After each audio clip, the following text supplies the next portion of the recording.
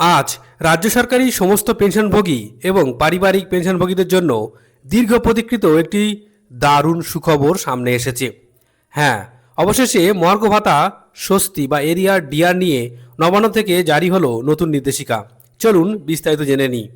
আপনারা স্ক্রিনে যে সরকারি নির্দেশিকাটি দেখতে পাচ্ছেন, এটি পশ্চিমবঙ্গ সরকারের অর্থ দপ্তরের অডিট শাখা থেকে গত 29শে মে 2026 তারিখ দিয়ে প্রকাশ করা হয়েছে, ব্যাকডেট দিয়ে প্রকাশ করা হয়েছে, কিন্তু আজকে এই নোটিফিকেশনটি প্রকাশিত হয়েছে, যার মেমো নম্বর হচ্ছে 1909FP2। এই নির্দেশিকায় মূল বিষয় হলো 2008 সালের এপ্রিল মাস থেকে 2015 সালের ডিসেম্বর মাস পর্যন্ত সময়কালের বকেয়া মহার্ঘ স্বস্তি বা এরিয়ার ডিয়ারনেস রিলিফ রিলিজ করা হলো। রাজ্য সরকার আগেই 2016 থেকে 2019 পর্যন্ত বকেয়া ডিএ দেওয়ার কথা ঘোষণা করেছিল। দ্বিতীয়ত, এবার সিদ্ধান্ত নেওয়া হয়েছে যে এপ্রিল 2008 থেকে ডিসেম্বর 2015 পর্যন্ত সময়ের জন্য যোগ্য পেনশনভোগীদের বকেয়া ডিআর প্রদানের প্রক্রিয়া অবিলম্বে শুরু করা হবে। এটি এআইসিপিআই বা সর্বভারতীয় ক্রেতা মূল্য সূচক অনুযায়ী 100% নিউট্রালাইজেশন হিসাবে গণনা করা হয়েছে।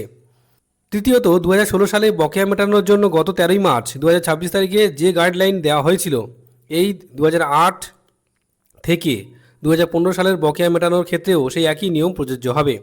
চতুর্থত, যদি কোনো কারণে 2016 থেকে 2019 সালে ডিআর দেওয়ার সময় কম বা বেশি টাকা দেওয়া হয়ে থাকে, তবে 2008 বা 2015 সালের এই পেমেন্টের সময় তা অ্যাডজাস্ট বা সমন্বয় করে নেওয়া হবে। এবার আসি অত্যন্ত গুরুত্বপূর্ণ এই বিষয়ে, যে সমস্ত পেনশনভোগী বা পারিবারিক পেনশনভোগী ইতিমধ্যেই মারা গেছেন, তাদের বকেয়া টাকার কি হবে। বিজ্ঞপ্তির 5 নম্বর পয়েন্টে বলা হয়েছে, মৃত পেনশনভোগীদের প্রাপ্য এই বকেয়া ডিআর তাদের যোগ্য এবং রেজিস্টার্ড নমিনিদের দেওয়া হবে।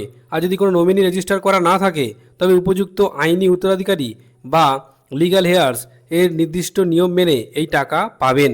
তো বন্ধুরা, দীর্ঘদিনের বকেয়া পাওনা নিয়ে অর্থ দপ্তরের এই পদক্ষেপ নিঃসন্দেহে রাজ্যের হাজার হাজার প্রবীণ মানুষের মুখে হাসি ফোটাবে। এ বিষয়ে যদি আপনার কোনো প্রশ্ন থাকে তো অবশ্যই কমেন্ট করে জানাবেন, আর অবশ্যই ভিডিওটি লাইক করবেন, শেয়ার করবেন, আর খুব ভালো থাকবেন। ধন্যবাদ।